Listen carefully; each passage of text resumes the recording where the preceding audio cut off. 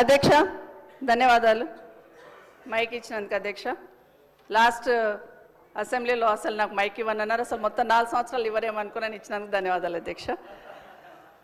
అధ్యక్ష ఈరోజు గౌరవ మంత్రి గారు సమాధానం చెప్తూ కామారెడ్డి జాతీయ రహదారి గురించి, కరీంనగర్ కామారెడ్డి ఎల్లారెడ్డి గురించి అడిగారు అధ్యక్ష.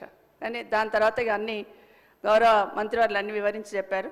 కానీ ఒకటి, మీరు పోతున్న రోడ్డు కానీ, నేను పోతున్న రోడ్డు కానీ, ముఖ్యమంత్రి గారు పోతున్న రోడ్డు కానీ Bijapur to Hyderabad to Bijapur road అధ్యక్ష. మన్నెగూడ నుండి బీజాపూర్ వరకు కంప్లీట్ అయింది. ఈ రోడ్ కూడా శాంక్షన్ వచ్చి 2 సంవత్సరాలు అయిపోయింది. ఎన్నికల కన్నా ముందే ల్యాండ్ అక్విజిషన్ 1300 కోట్లు పెట్టి ల్యాండ్ అక్విజిషన్ కూడా కంప్లీట్ చేస్తున్నాం. గౌరవ మంత్రి గారు ఇప్పుడు వచ్చినాక ఏదో ల్యాండ్ అక్విజిషన్ చేసినామని చెప్తున్నారు, అది కరెక్ట్ కాదనేది మీ ద్వారా గౌరవ మంత్రి గారు చెప్తున్నారు. వాళ్ళ అధికారులు తప్పుడు సంకేతాలు ఇచ్చి తప్పుడు సమాచారం ఇచ్చి ఉంటారు అధ్యక్ష. 1300 కోట్లు పెట్టి అప్పుడే ల్యాండ్ అక్విజిషన్ చేస్తున్నాం. కానీ ఎందుకు ఆగింది అనేది, అక్కడ ఎంతమంది ప్రాణాలు పోతున్నాయని మనందరికీ తెలుసు అధ్యక్ష. 2 రోజులకు ఒక యాక్సిడెంట్ అవుతుంది, ఎంతమంది ప్రాణాలు పోతున్నాయి. ఎన్జిటీలో కేసు వేసిండ్రు అధ్యక్ష. ఎన్జిటీలో కేసు వేసినప్పుడు అధికారులు కరెక్ట్ అయిన ఇన్ఫర్మేషన్ ఇచ్చి దాన్ని స్టే వెకేట్ చేయించాలి అధ్యక్ష. మొన్న 13th రోజు ఎన్జిటీలో కేసు ఉండింది, ఆ స్టే వెకేట్ అయ్యిందా, నిజంగా రోడ్ మీరు స్టార్ట్ చేస్తున్నారా, వర్క్ స్టార్ట్ అయిందా, ఆ క్లారిఫికేషన్ కావాలి అధ్యక్ష. ఎందుకంటే ఊరికే చెప్పడం కాదు అధ్యక్ష. 13th రోజు కేసు ఉండింది, అది వెకేట్ చేశారా, వెకేట్ చేస్తే ఎప్పటి నుండి స్టార్ట్ చేస్తున్నారు, వెకేట్ అయ్యిందా అనేది మీరు చెప్పండి అధ్యక్ష.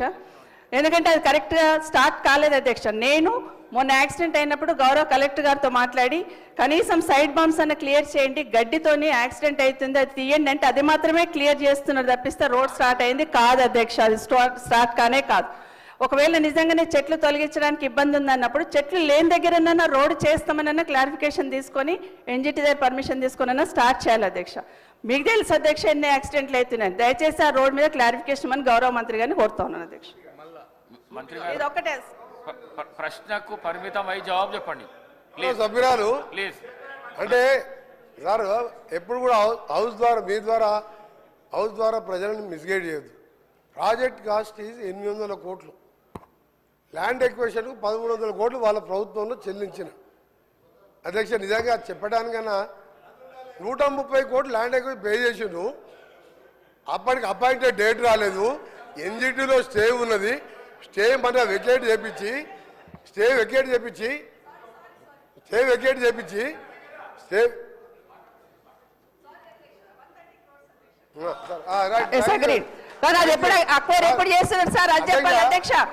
అధ్యక్ష మీ ద్వారా ఒకటి అడుగుతున్నా, బిఫోర్ ఎలక్షన్స్ ల్యాండ్ అక్విజిషన్ చేసినాం కదా అధ్యక్ష, అది నేను క్లారిఫికేషన్ అడుగుతున్నాను.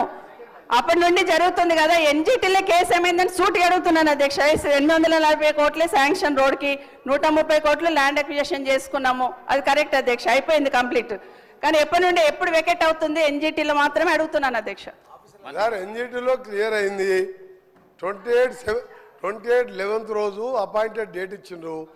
29th రోజు ఈ 29 మొన్న నవంబర్ మొబైలైజేషన్ వర్క్ స్టార్ట్ అయింది. వారు అదే జిల్లా వారు ఇప్పుడు పోయి చూసుకోవచ్చు వర్క్ నడుస్తుందా లేదా. మీరు ఎప్పుడు కూడా వాస్తవాలు ఒప్పుకోవాలి. గట్కేసర్ ఫ్లైఓవర్ 7 ఏళ్ళు అయింది.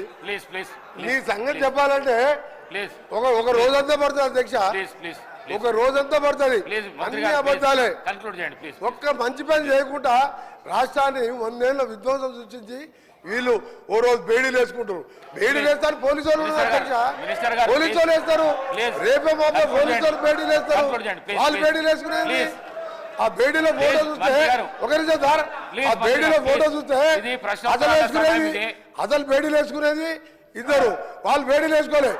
అమాయకులకు బేడీలు బేడీలు వేయడానికి రేపో మాపో పోలీసు వాళ్ళు వస్తారు, బేడీలు వేసుకొని తీసుకుపోతారు.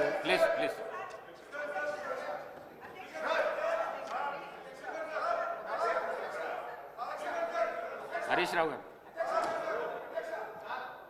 దయచేసి మీ ద్వారా, అఫ్ కోర్స్ మీరు కూడా 2 సార్లు నేమ్ చేసిండ్రు. ఒక మంత్రిని స్పీకర్ గారు నేమ్ చేసే పరిస్థితి వచ్చిందంటేనే ఆ మంత్రి అవమానంగా ఫీల్ కావాలి. ఎందుకంటే ఎలియా మినిస్టర్ పోయి పక్కన కూర్చొని అంగిబట్టి గుంజినా కూర్చుంటలేడు ఆయన పరిస్థితి అది. అయితే విషయం ఏంటంటే ఆయన ఇందాక ఎలియా మినిస్టర్ గారు డైరెక్ట్గా ఎవరి మీద ఆరోపణలు చేయొద్దని రూల్ బుక్ తెచ్చి చూపించాడు. ఇప్పుడు మంత్రి గారు లేచి కాళేశ్వరం కమిషను హరీష్ రావు అని చెప్పి మరి నా మీద ఆరోపణలు చేసిండు కదా. శుద్ధులు నాకే చెప్పడం కాదు, శుద్ధులు అందరికీ చెప్పడం కూడా శ్రీధర్ బాబు గారు నేర్చుకోవాలి. ఇప్పుడు ఆ విషయం కూడా మంత్రి గారు నా మీద చేసిన ఆరోపణలు